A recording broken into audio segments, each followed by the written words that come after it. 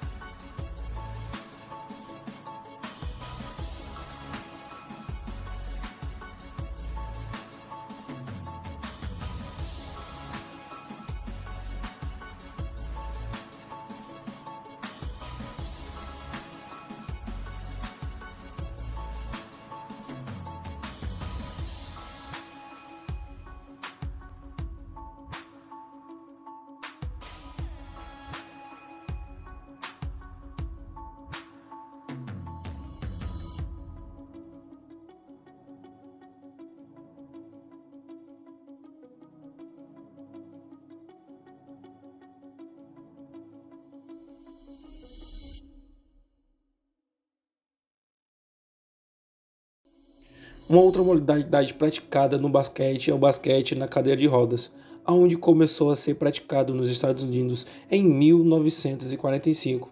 Os jogadores eram ex-soldados do exército norte-americano feridos na Segunda Guerra Mundial. A modalidade é uma das poucas que esteve presente em todas as edições dos Jogos Olímpicos. O basquete em cadeira de rodas foi a primeira modalidade paralímpica a ser praticada no Brasil em 1958. Os principais responsáveis pelos primeiros passos foram Sérgio Delgrande e Robson Sampaio, que, ao retornarem de um programa de reabilitação nos Estados Unidos, trouxeram esta modalidade para São Paulo e Rio de Janeiro. A regra do basquete em cadeira de rodas é semelhante ao basquete tradicional. A quadra tem suas medições de 28 por 15 e a altura da tabela de 3,5 metros.